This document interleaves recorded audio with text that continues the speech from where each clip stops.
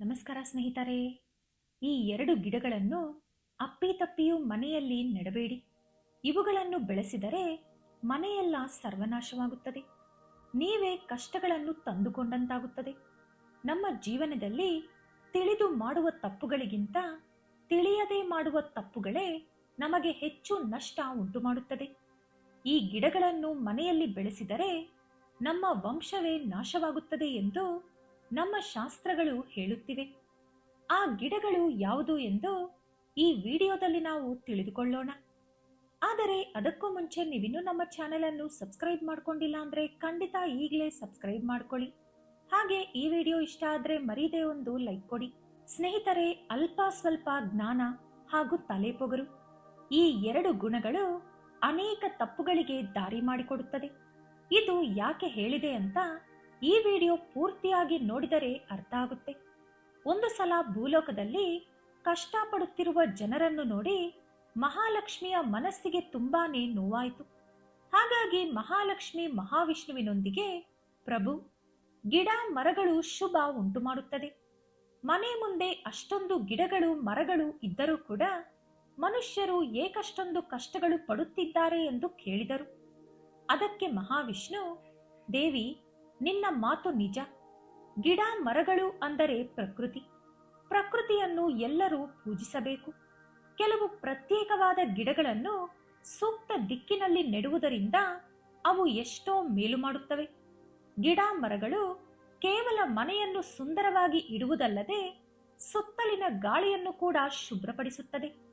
ಗಿಡ ಮರಗಳ ಸುತ್ತಲೂ ನಿರಂತರವಾಗಿ ಸಕಾರಾತ್ಮಕ ಶಕ್ತಿ ತುಂಬಿರುತ್ತದೆ. ಇದು ಮನುಷ್ಯನ ಏಳಿಗೆಗೆ ತುಂಬಾ ಮುಖ್ಯ. ಮನೆಯಲ್ಲಿ ಸರಿಯಾದ ಗಿಡಗಳು ನೆಟ್ಟರೆ ಅವು ಆ ಮನೆಯಲ್ಲಿ ಸಂತೋಷ ಹಾಗೂ ಐಶ್ವರ್ಯ ಹೆಚ್ಚು ಮಾಡುತ್ತದೆ. ಜೊತೆಗೆ ಎಷ್ಟೋ ವಾಸ್ತು ದೋಷಗಳನ್ನು ಕೂಡ ಅದು ನಿವಾರಿಸುತ್ತದೆ. ಮನೆ ಆವರಣದಲ್ಲಿ ನೆಡುವ ಕೆಲ ಗಿಡಗಳು ಆ ಮನೆಯನ್ನು ಕಾಪಾಡುತ್ತದೆ. ದೇವಿ, ನಿನಗೊಂದು ಕತೆ ಹೇಳುತ್ತೇನೆ. ಆ ಕತೆ ಕೇಳಿದ ಮೇಲೆ ಯಾವ ಗಿಡಗಳು ಮನೆಯಲ್ಲಿ ನೆಟ್ಟರೆ ಮನೆ ಸರ್ವನಾಶ ಆಗುತ್ತದೆ, ಹಾಗೆ ಯಾವ ಗಿಡಗಳು ಮನೆಯಲ್ಲಿದ್ದರೆ ಆ ಮನೆ ಸುಖ ಶಾಂತಿ ಐಶ್ವರ್ಯದಿಂದ ತುಂಬಿರುತ್ತದೆ ಎಂದು ತಿಳಿಯುತ್ತದೆ.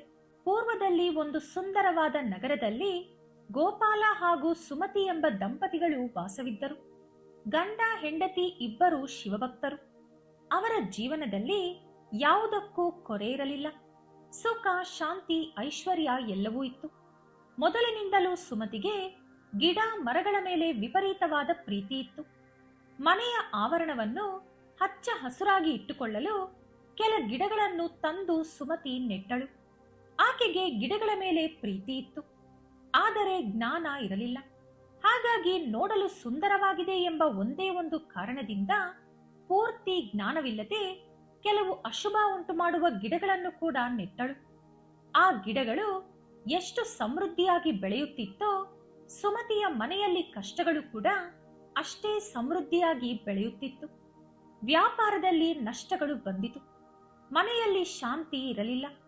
ಗಂಡ ಹೆಂಡತಿ ಮಧ್ಯೆ ಪ್ರತಿ ಚಿಕ್ಕ ವಿಷಯಕ್ಕೂ ಗಲಾಟೆಗಳು ನಡೆಯುತ್ತಿತ್ತು. ಇಬ್ಬರ ಮಧ್ಯೆ ಪ್ರೀತಿ ಕಡಿಮೆಯಾಗಿ ಅನುಮಾನಗಳು ಚರ್ಚೆಗಳು ಹುಟ್ಟಿಕೊಂಡಿತು. ಒಂದರ ಹಿಂದೆ ಒಂದು ಹೊಸ ಕಷ್ಟಗಳು ಬರುತ್ತಲೇ ಇತ್ತು. ನಿಧಾನವಾಗಿ ಅದುವರೆಗೂ ಅವರು ಕೂಡಿಟ್ಟಿದ್ದ ಹಣವೆಲ್ಲ ಖಾಲಿಯಾಯಿತು. ಕೊನೆಗೆ ತಿನ್ನಲು ಕೂಡ ಏನೂ ಇಲ್ಲದ ಪರಿಸ್ಥಿತಿ ಬಂದಿತು. ಹಾಗಾಗಿ ಗಂಡನನ್ನು ಯಾವುದಾದರೂ ಕೆಲಸಕ್ಕೆ ಸೇರಿಕೊಳ್ಳಿ ಎಂದು ಸುಮತಿ ಪದೇ ಪದೇ ಹೇಳುತ್ತಿದ್ದಳು. ಗೋಪಾಲ ಪ್ರತಿ ಅಂಗಡಿಗೆ, ಕೊನೆಗೆ ಪ್ರತಿ ಮನೆಯ ಬಾಗಿಲನ್ನು ಕೂಡ ತಟ್ಟಿದ. ಆದರೆ ಯಾರೊಬ್ಬರೂ ಕೆಲಸ ಕೊಡಲಿಲ್ಲ. ಗಂಡ ಹೆಂಡತಿ ಇಬ್ಬರೂ ಕೂಡ ನಿರಾಸೆಯಲ್ಲಿ ಮುಳುಗಿ ಹೋದರು. ಇದನ್ನೆಲ್ಲ ನೋಡಿದ ಪಾರ್ವತಿ ದೇವಿಯು ಪರಮೇಶ್ವರನೊಂದಿಗೆ, ಸ್ವಾಮಿ, ನಿಮ್ಮ ಭಕ್ತರನ್ನು ಏಕಷ್ಟೊಂದು ಪರೀಕ್ಷಿಸುತ್ತಿದ್ದೀರಿ, ನೀವು ಅವರಿಗೆ ಸಹಾಯ ಮಾಡಲೇಬೇಕು ಎಂದು ಹೇಳಿದರು. ಆಗ ಪರಮೇಶ್ವರ, ದೇವಿ, ಮೊದಲು ನಾನು ಆ ದಂಪತಿಗಳನ್ನು ಪರೀಕ್ಷಿಸಿ ನಂತರ ಅವರಿಗೆ ಸಹಾಯ ಮಾಡುತ್ತೇನೆ ಎಂದು ಹೇಳಿ ಒಬ್ಬ ಸಾಧು ವೇಷದಲ್ಲಿ ಗೋಪಾಲನ ಮನೆಗೆ ಪರಮೇಶ್ವರ ಹೋದರು. ಗೋಪಾಲ ಸಂತೋಷದಿಂದ ಅವರನ್ನು ಮನೆಯೊಳಗೆ ಕರೆದು, ಸಾಧುಗಳೇ, ಬಡವನ ಮನೆಗೆ ಭಗವಂತ ಬಂದ ಹಾಗಾಯಿತು.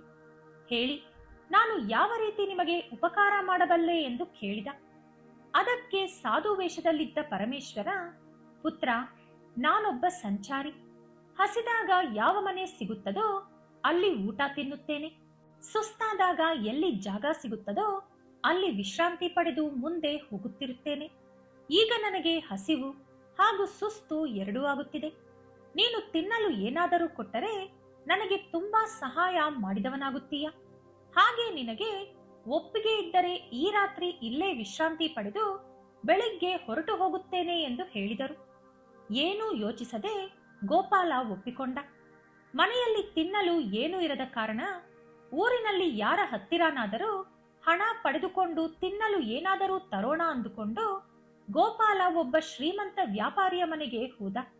ನಡೆದ ವಿಷಯ ಹೇಳಿ ಸ್ವಲ್ಪ ಹಣ ಸಹಾಯ ಕೇಳಿದ. ಆದರೆ ಆ ಶ್ರೀಮಂತ ಹಣ ಕೊಡದೆ, ನಿನ್ನ ಕೈಯಲ್ಲಿ ಬಿಡುಗಾಸು ಕೂಡ ಇಲ್ಲ, ನನ್ನ ಹತ್ತಿರ ತೆಗೆದುಕೊಂಡ ಹಣವನ್ನು ಯಾವ ರೀತಿ ಹಿಂದಿರುಗಿಸುತ್ತೀಯಾ ಎಂದು ಕೇಳಿದ. ಅದಕ್ಕೆ ಗೋಪಾಲ, ಸ್ವಾಮಿ, ನಾನು ಹೇಗಾದರೂ ನಿಮ್ಮ ಹಣವನ್ನು ಹಿಂದಿರುಗಿಸುತ್ತೇನೆ, ಇಲ್ಲದಿದ್ದರೆ ನೀವು ನನ್ನ ಮನೆಯನ್ನು ತೆಗೆದುಕೊಳ್ಳಿ ಎಂದು ಹೇಳಿದ. ಸರಿ ಎಂದು ಹೇಳಿ ಆ ವ್ಯಾಪಾರಿ ಸ್ವಲ್ಪ ಹಣ ಕೊಟ್ಟು ಕಳಿಸಿದ. ಗೋಪಾಲ ಆ ಹಣದಿಂದ ಅಕ್ಕಿ, ಬೇಳೆ, ತರಕಾರಿ, ಹಾಲು, ಹಣ್ಣು ಕೊಂಡುಕೊಂಡು ಮನೆಗೆ ಬಂದ. ಸುಮತಿ ಆ ಕೂಡಲೇ ರುಚಿಯಾಗಿ ಅಡುಗೆ ತಯಾರಿಸಿ ಸಾಧುಗೆ ಬಡಿಸಿದಳು. ಬಡತನ ಬಂದರೂ ಕೂಡ ಧರ್ಮ ಬಿಡದ ಆ ದಂಪತಿಗಳನ್ನು ನೋಡಿ ಸಾಧು ರೂಪದಲ್ಲಿದ್ದ ಶಿವನಿಗೆ ತುಂಬಾನೇ ಸಂತೋಷವಾಯಿತು. ಊಟ ತಿಂದ ನಂತರ ಸಾಧು ಗೋಪಾಲನೊಂದಿಗೆ, ಪುತ್ರ, ನಿನ್ನ ಭಕ್ತಿ ಹಾಗೂ ಸೇವೆಗೆ ಮೆಚ್ಚಿದೆ. ನಿನಗೆ ಯಾವುದಾದರೂ ಕೋರಿಕೆ ಇದ್ದರೆ ಕೇಳು ಅಂದರು. ಅದಕ್ಕೆ ಗೋಪಾಲ, ಸ್ವಾಮಿ, ನನಗೆ ಯಾವ ಕೋರಿಕೆ ಕೂಡ ಇಲ್ಲ. ಆದರೆ ಒಂದೇ ಒಂದು ಅನುಮಾನ ಮಾತ್ರ ಇದೆ. ನಾನು ನನ್ನ ಹೆಂಡತಿ ಯಾವತ್ತೂ ಒಬ್ಬರಿಗೆ ದ್ರೋಹ ಮಾಡಿದವರಲ್ಲ, ಕನಸಿನಲ್ಲೂ ಒಬ್ಬರಿಗೆ ಕೆಟ್ಟದಾಗಬೇಕು ಎಂದು ಭಾವಿಸಿದವರಲ್ಲ. ನಾವು ಒಂದು ಸಮಯದಲ್ಲಿ ತುಂಬಾ ಶ್ರೀಮಂತರಾಗಿದ್ದೆವು. ಆದರೆ ಈಗ ನಮಗೆ ತಿನ್ನಲು ಕೂಡ ಗತಿ ಇಲ್ಲದಂತಾಗಿದೆ. ನಾವಿಬ್ಬರು ಆ ಪರಮೇಶ್ವರನ ಭಕ್ತರು. ನಮ್ಮ ಮೇಲೆ ಶಿವನಿಗೆ ಯಾವ ಕಾರಣದಿಂದ ಕೋಪ ಬಂದಿದೆ? ನಮ್ಮ ಈ ದರಿದ್ರಕ್ಕೆ ಕಾರಣವೇನು? ಇದರಿಂದ ಪಾರಾಗುವ ಮಾರ್ಗ ಇದ್ದರೆ ತಿಳಿಸಿಕೊಡಿ ಎಂದು ಕೇಳಿದ. ಆಗ ಸಾಧು, ಪುತ್ರ, ನಿಮ್ಮ ಮೇಲೆ ಪರಮೇಶ್ವರನಿಗೆ ಪ್ರೀತಿ ಇರುವುದರಿಂದಲೇ ಈಗ ನಾನು ನಿಮ್ಮ ಮನೆಗೆ ಬಂದಿದ್ದೇನೆ. ನಿನಗೆ ಈ ದರಿದ್ರ ಹೋಗಲು ಕೆಲವು ಪರಿಹಾರಗಳು ಹೇಳುತ್ತೇನೆ, ಹುಷಾರಾಗಿ ಕೇಳಿಸಿಕೊ. ನಿನ್ನ ಮನೆಯ ಬಾವಿಯ ಹತ್ತಿರ ಒಂದು ಹಲಸಿನ ಮರವನ್ನು ನೆಡು. ಹಲಸಿನ ಮರ ನೆಟ್ಟರೆ ಬರುವಂತಹ ಪುಣ್ಯ 100 ಯಜ್ಞಗಳಿಗೆ ಸಮಾನ. ಹಲಸಿನ ಎಲೆಗಳು ನೀರಿನೊಳಗೆ ಬಿದ್ದಾಗ ಅದು ಪಿಂಡಗಳಂತೆ ಬದಲಾಗಿ ನಿನ್ನ ಪಿತೃ ದೇವತೆಗಳನ್ನು ಸಂತೃಪ್ತಿಪಡಿಸುತ್ತದೆ. ಹಾಗಾಗಿ ಎಲ್ಲಾ ರೀತಿಯಾದ ಪಿತೃ ದೋಷಗಳು ಕೂಡ ಇದರಿಂದ ನಿವಾರಣೆಯಾಗುತ್ತದೆ.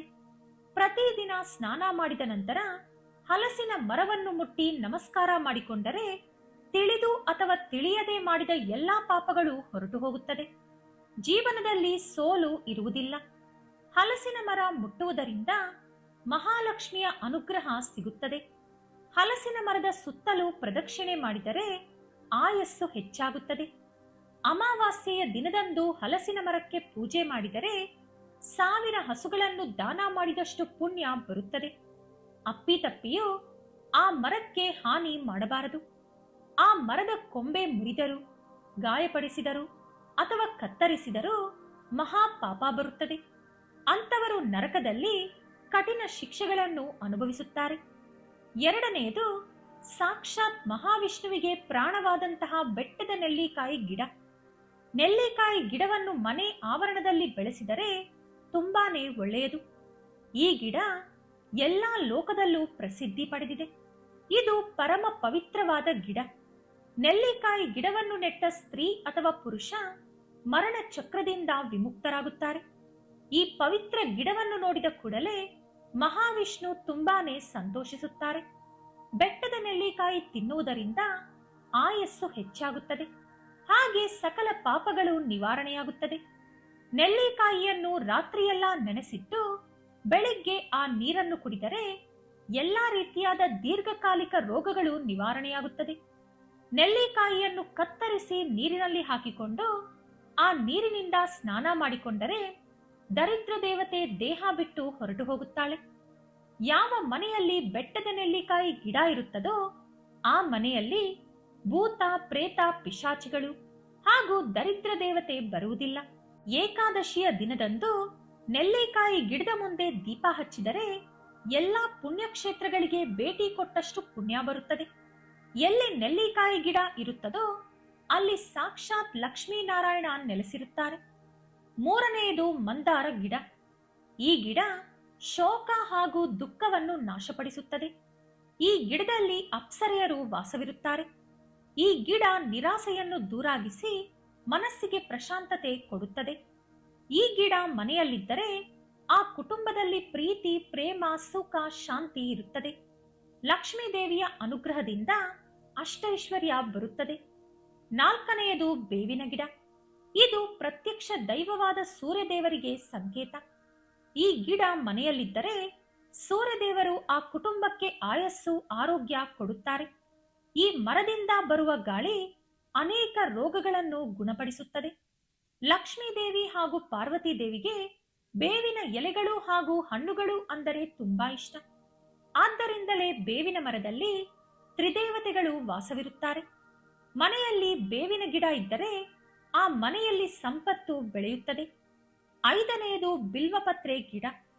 ಈ ಗಿಡ ಸಾಕ್ಷಾತ್ ಶಿವ ಪಾರ್ವತಿಯ ನಿವಾಸ ಸ್ಥಳ. ಈ ಗಿಡದ ಮುಂದೆ ಕುಳಿತುಕೊಂಡು ಒಂದು ಸಲ ಓಂ ನಮಃ ಶಿವಾಯ ಎಂದು ಜಪ ಮಾಡಿದರೆ 1,00,000 ಬಾರಿ ಜಪ ಮಾಡಿದಷ್ಟು ಪುಣ್ಯ ಬರುತ್ತದೆ. ಈ ಗಿಡ ಇರುವ ಮನೆಯಲ್ಲಿ ಅಕಾಲ ಮರಣ ಇರುವುದಿಲ್ಲ. ಈ ಗಿಡ ಇರುವ ಮನೆಯಲ್ಲಿ ಹೆಣ್ಣು ವೈಧವ್ಯ ಪಡೆಯುವುದಿಲ್ಲ.